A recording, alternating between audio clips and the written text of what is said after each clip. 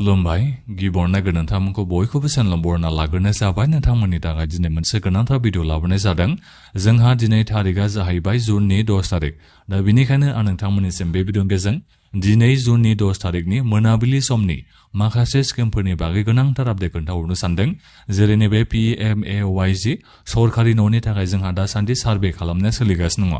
दा बेनिखायनो आं बिनि बागैबो आपडेट खोन्थाहरनो सानदों।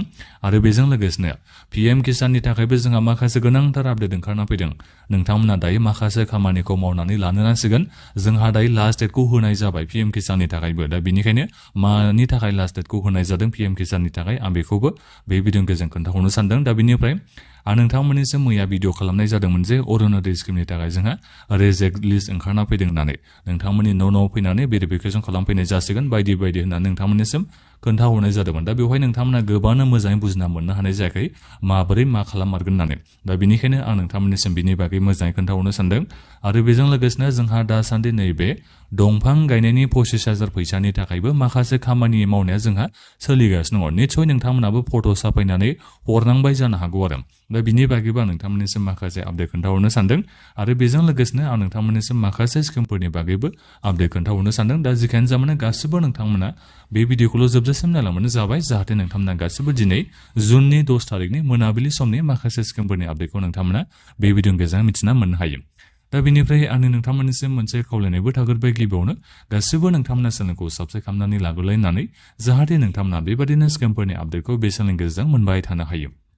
बोथोराबो ओरैबायदि हाव हाव गरम जादों। दा बेनिखायनो बुंनायावबो एसे आंना बाथ्रा रायलायनायावबो एसे प्रब्लेम जालायलांदों। दा बेनिखायनो माबाफोर जुदि गोरोन्थि बाथ्राफोर बुंफ्लांलायलाङोबा नोंथांमोना निमाहा होगोन होननानै आं गिबियावनो आसा खालामनाय थाखाबाय। दानिया नोंथांमोननिसिम फारि फारि खोन्थाहरनोसै। आं गिबियावनो नैबे PMAY-G न'नि सार्भे खालामनायनि बागैनो खोन्थाहरनोसै। नोंथांमोना गोबांनो सरकारि न'नि थाखाय एप्लाइ खालामदोंमोन नङा होमबा? दा बेनिखायनो बेखौ जोंहा दायो सार्भे खालामनाया जागायबाय, जे भेरिफाइ खालामनाया जागायजेनबाय। जेनेबा नोंथांमोननि न'आव थांनानै नोंथांमोना न'खौ मोनथावना मोनथावा बेखौ बिथांमोना नायबिजिरनो जोंहा खामानिया जागायबाय माने बेलेगावथ' जोंहा जागासिनो दङ। एसे सिगांनिफ्रायनो जाबाय आरो आं ओरैनो नोंथांमोननिसिम जागायबायसो होनहरफ्लांबाय, नाथायबा सिगांनिफ्रायनो जोंहा जागासिनो दङ। नोंथांमोननि न'आव थांनानै डकुमेन्टसबो माखासे भेरिफिकेसन खालामदों। दा बेनिफ्राय न'खराव जुदि पाक्का न' थायोबा नोंथांमोना सरकारि न'खौ मोननो हाया नङा होमबा? दा बेनिखायनो न'आव थांनानै न'फोरा माबायदि बेखौबो बिजिरनानै नायहैनाय जादों। दा बेखौ नोंथांमोना मिथिना मोनबाय जानांगौ। दासान्दि जोंहा नैबे PMAY-G सरकारि न'नि थाखाय सार्भे खालामनाया सोलिगासिनो दङ। दा बिनिफ्राय PM किसाननि जोंहा दायो लास्ट डेटआ ओंखारना फैबाय। गोबाङानो नोंथांमोना PM किसाननि फैसाखौ मोननो हायैनि जोंहा गुबै मोनसे जाहोना बेनो जाहैबाय जे KYC होयैनि थाखाय। मानोनोबा नोंथांमोना बोसोरावनो बोसोर KYC खौ होबाय थानांगौनो। दा नोंथांमोना बेखौ निस्सय दायो मिथिना मोनबाय जानांगौ। KYC खौ नोंथांमोना गोबांनो सानदोंमोन खोमा जे नोंथांमोना सिगाङाव KYC होनायानो जायो, बेबादि नोंथांमोना दायो साननांला। मानोनोबा गोबाङानो नोंथांमोना KYC खौथ' निस्सय होनानै होनानै सिगाङावनो लाखांबाय जानांगौ। नाथायबा जोंहा दायो गोदान रुल ओंखारना फैदों। बे गोदान रुला बेनो जाहैबाय, नैबे PM किसाननि KYC खौ नोंथांमोना बोसोरफ्रोमबो होबाय थानांगौनो। बोसोराव खेनसे नोंथांमोना KYC खौ होनांगौनो PM किसाननि थाखाय। दा बेनिखायनो जायफोर नोंथांमोना स्टेटासाव देखायबाय जे नोंनिया PM किसाननिया KYC होनांगौ होननानै, बेबादिबा KYC खौ नोंथांमोना गोख्रैनो होनानै लाबानो जाबाय। मानोनोबा जोंहा KYC होनायनि लास्ट डेटआ जाहैबाय जुननि 30 थारिख। दा बेनिखायनो बारा गोबाव जोंहा सम गैला। जोंहा दिनै जुननि 10 थारिख जाबाय। दा बेनिखायनो जुदि नोंथांमोना PM किसाननि फैसाखौ मोनबाय थानोबा KYC खौ नोंथांमोना होनानै लानो नांसिगोन। फैबाय थानाय जुननि 30 थारिखआनो जोंहा जोबथा सान एबा जोबथा डेट। दा बेनिखायनो गासिबो नोंथांमोना KYC खौ होनानै लाबानो जाबाय। अब्लासो नोंथांमोना 23थि किस्तिनि फैसाखौ मोननो हागोन। नोंथांमोना बोसोराव खैबार होनांगौ? खेबसे नोंथांमोना KYC खौ होबाय थानांगौ। देग्लाय बोसोराव नोंथांमोना KYC खौ होनांगोन। बेनिफ्राय फैगोन बोसोरावबो नोंथांमोना KYC खौ होनो नांगोननो। जोंनि नैबे सेन्ट्रेल सरकार दायो जोंहा बेखौ अर्डारखौ होबाय। दा बेखौ नोंथांमोना निस्सय दायो बुजिना मोनबाय जानांगौ। गोबांनो नोंथांमोना फैसाखौ मोननो हायैनि जाहोनानो बेनो जाहैबाय KYC होनायनि थाखाय। नोंथांमोना सिगाङाव होनायखौनो बेनो KYC होनायानो जाबाय थाबाय, बेनो थिगानो दं बेबादि साननानै नोंथांमोना दंमोन जानो हागौ। नाथायबा बेबादि नङा। नोंथांमोना दायो गोदान KYC खौ होफिननो नांगौ। बोसोराव जायखिजाया नोंथांमोना खेबसे KYC खौ होथारनो नांगौ। दानिया नोंथांमोननिसिम खोन्थाहरनोसै नैबे अरुणोदय स्किमनि आं नोंथांमोननिसिम मैया खोन्थाहरनाय जादोंमोन जे रेजेक लिस्ट ओंखारना फैदों होननानै दा रेजेक लिस्टआ डिस्ट्रिक्ट वाइसआव हरनाय जादों जेनेबा मानि थाखाय नोंथांमोना बेनिफिसियेल लिस्टआव फैनायनि उनावबाबो पीएम किसाननि फैसाखौ मोननो हायाखै दा बिथांमोननि नाम लिस्टखौ माने डिस्ट्रिक्ट वाइसआव हरनाय जादों जोंनि नैबे आसाम सरकारनिफ्राय दा बेखौथ' बुजिना नोंथांमोना निस्सय मोनबाय जानांगौ दा बेनिखायनो बे रेजेक लिस्टआव थानाय मानसिफोरनिखौ माने दायो बानायना होगोन जेनेबा नोंथांमोननि सोरनियाबा मा जानानै दं आधारा बेंक एकाउन्टजों लिंक गैया सोरनियाबा नामा मिस्टेक डकुमेन्ट्सआव नामफोरा बेलेग दा बेफोरनि थाखाय सरकारा एसे डाउट जानानै नोंथांमोननि नामखौ माने रेजेक्ट जानाय लिस्टआव होदों आरो दा बेखौ नोंथांमोना सुद्रायना लाबानो एबा नोंथांमोना बेफोर खामानिखौ मावनानै लाबानो नोङो नैबे अरुणोदय स्किमनि फैसाखौ मोननो हागोन दा बेखौ निस्सय दायो नोंथांमोना बुजिनानै मोनबाय जानांगौ आरो माखासे मानि थाखाय मोननो हायाखै माखासे मोननो हायैनि जाहोना जाहैबाय नैबे बेंक एकाउन्टआ आधारजों लिंक गैयिनि थाखाय दा बेनिखायनो जोंहा दायो माने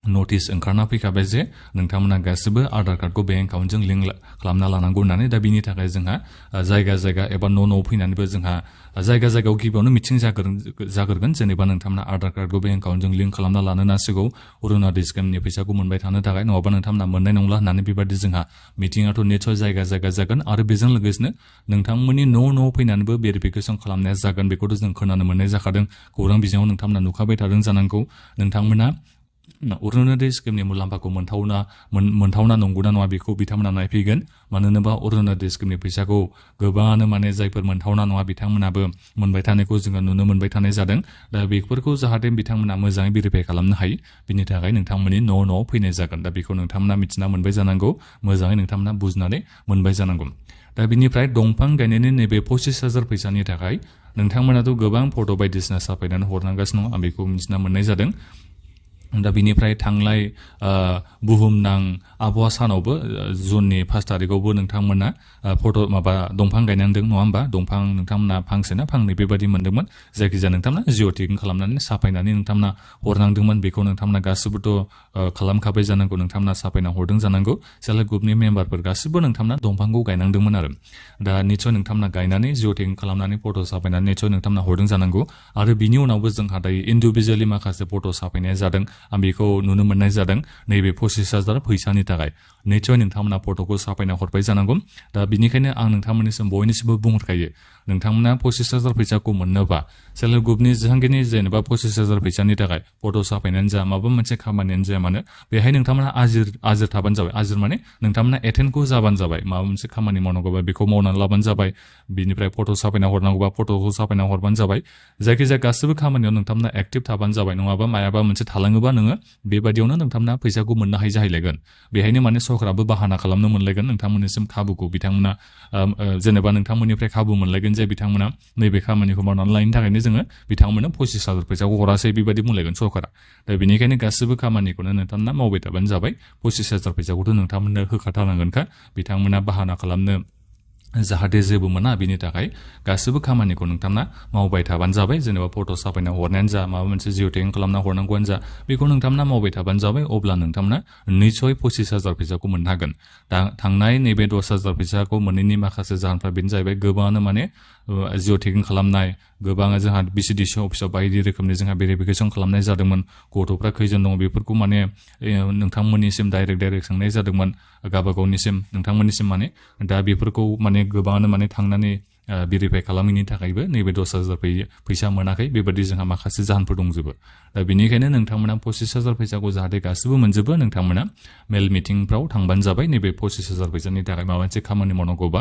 मावथारबानो जाबाय अब्ला नोंथांमोना 25,000 फैसाखौ मोननो हागोन मानो होनोबा 25,000 फैसाखौ नोंथांमोना मोनखांनायनि उनाव आरोबाव 50,000 नोंथांमोना फैसाखौ मोननो हागोन दा बेनिखायनो 25,000 फैसाखौ नोंथांमोना मोनबासो 50,000 फैसाखौ मोनगोन दा बे 25,000खौनो मोनाबा नोङो बोरै 50,000 फैसाखौ मोननो हानो दा बेनिखायनो गासिबो नोंथांमोना जाहाथे 25,000खौबो मोननो हायो 50,000खौबो मोननो हायो बिनि थाखाय गासिबो एक्टिभ नोंथांमोना थाबानो जाबाय नोंथांमोना जा मावनांगौ बेखौ नोंथांमोना मावनानै लाजोबबानो जाबाय अब्ला नोंथांमोना मोनबाय थानो हागोन जेबो प्रब्लेम जायालासिनो दा बेखौ नोंथांमोना निस्सय दायो बुजिनानै मोनबाय जानांगौ दा बिनिफ्राय जोंहा बे बाजेट लानायाथ' जुलाइआव जागोन जुलाइनि उनावनो जोंहा बिनि फुरा खामानिफ्रा दानिफ्रायनो सोलिखाबाय अबयसे अब्लाबो बे बाजेटनि उनाव आरोबाव गोबां जोंहा खामानिया सोलिगोन दा बेखौ नोंथांमोना बयबो मिथिनानै लाबानो जाबाय दा बिनि अनगायैबो सिएम साइफुलिनि बागै आं नोंथांनिसिम भिडिअ खालामना खोन्थाहरखाबाय दहायसो बोरै एप्लाइ खालामनांगौ बोरै एप्लाइ खालामनांगौ माने सोरबादिया नोंथांमोना एप्लाइ खालामनो हागोन मा डकुमेन्ट्स नांगौ आं बिनि बागै नोंथांमोननिसिम खोन्था हरजोबखाबाय